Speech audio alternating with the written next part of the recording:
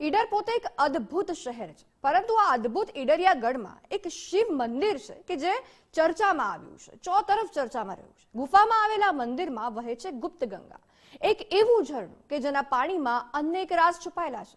ત્યારે શું છે તે રાઝ અને શા માટે આ મંદિરની ચર્ચા ચોતરફ થઈ રહી છે, જુઓ આ અહેવાલમાં।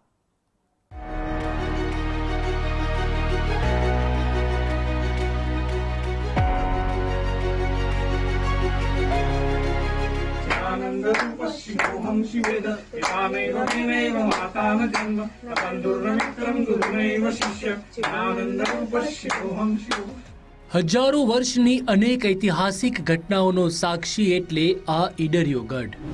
ગૌરવપદ ઇતિહાસનો આધાર એટલે આ ઈડરિયો ગઢ। અનેક ધર્મ સ્થળને પોતાના સાનિધ્યમાં રાખનાર એટલે આ ઈડરિયો ગઢ। વિશાળ પથ્થરો વચ્ચે ગુપ્ત ગંગા, ધગધગતા તાપ વચ્ચે શીતળતા, અસ્ખલિત ઝરણાનું અકબંધ રહસ્ય। ઈડરના આ મોટા પથ્થરો ઉનાળામાં તપે છે, 40 થી 45 ડિગ્રીએ પારો પહોંચી જાય છે, પરંતુ ઈડરિયાગઢના આ પથ્થરો વચ્ચે એક મંદિર છે કે જેની ચર્ચા ચોતરફ થઈ રહી છે। આ મંદિરનું નામ છે ઝરણેશ્વર મહાદેવ। બહાર ગમે તેટલો તડકો હોય, મંદિરની અંદર ઠંડક રહે છે, સાથે જ ગુફામાં એક ઝરણું વહે છે જેને ગુપ્ત ગંગા તરીકે લોકો ઓળખે છે।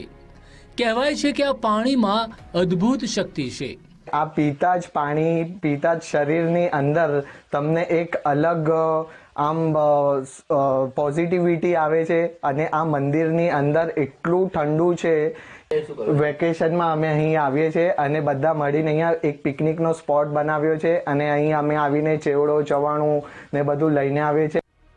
લોકો અહીં વેકેશનમાં આવે છે, વન ડે પિકનિકનો આનંદ માણે છે, પરંતુ જે પણ લોકો મંદિરમાં દર્શન કરીને આવે છે તે લોકો ચોક્કસ કહે છે કે મંદિરમાં અદ્ભુત શક્તિ છે।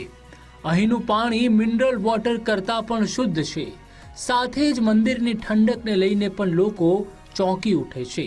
અહીંયા જ્યારે ટેમ્પરેચર 40 છે અને ત્યાં એટલું ઠંડુ છે ક્લાઇમેટ, અને કે ને એકદમ ઠંડુ લાગે, જાણે અમે એસીમાં બેઠા હોય ને એવું લાગે। અને અહીંયા ત્યાં ઝરણેશ્વર મહાદેવનું મંદિર છે, એમ કન્ટિન્યુઅસ ઝરણો વહે છે। ક્યાંથી પાણી આવે છે તો એ હજી બી નથી ખબર, જાણે તો હું તો ફર્સ્ટ ટાઈમ આવી છું।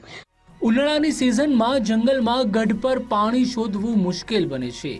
ત્યાં ગઢ પર અસ્ખલિત ઝરણું વહે છે, પાણી ક્યાંથી આવે છે કોઈ નથી જાણતું, અને એટલે જ લોકો આ ઝરણાને ગુપ્ત ગંગા કહે છે।